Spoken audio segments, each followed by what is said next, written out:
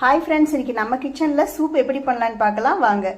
சூப்புக்கு 2 carrot தோல் சீவி wash பண்ணி வச்சுருக்கேன். கொஞ்சம் கொத்தமல்லி எடுத்து வாஷ் பண்ணி வச்சுருக்கேன். ஒரு 6-7 பூண்டு. இப்போ இந்த கேரட்டை கட் பண்ணிக்கலாம். கேரட் கட் பண்ணிட்டேன். இதை குக்கரில் போட்டு கரெக்டாக 2 விசில் விட்டுக்கலாங்க. பூண்டு கொத்தமல்லி எல்லாமே போட்டுக்கலாம். கேரட் முழுகிற அளவுக்கு தண்ணி ஊற்றிக்கலாம். போதும். கரெக்டாக 2 விசிலுங்க.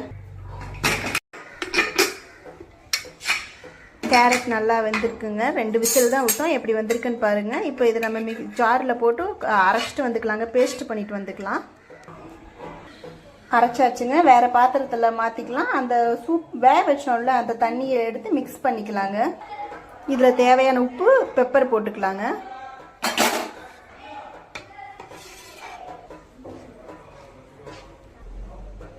சுட சுட சூப் ரெடிங்க. இதே மாதிரி நீங்களும் செஞ்சு பாருங்க.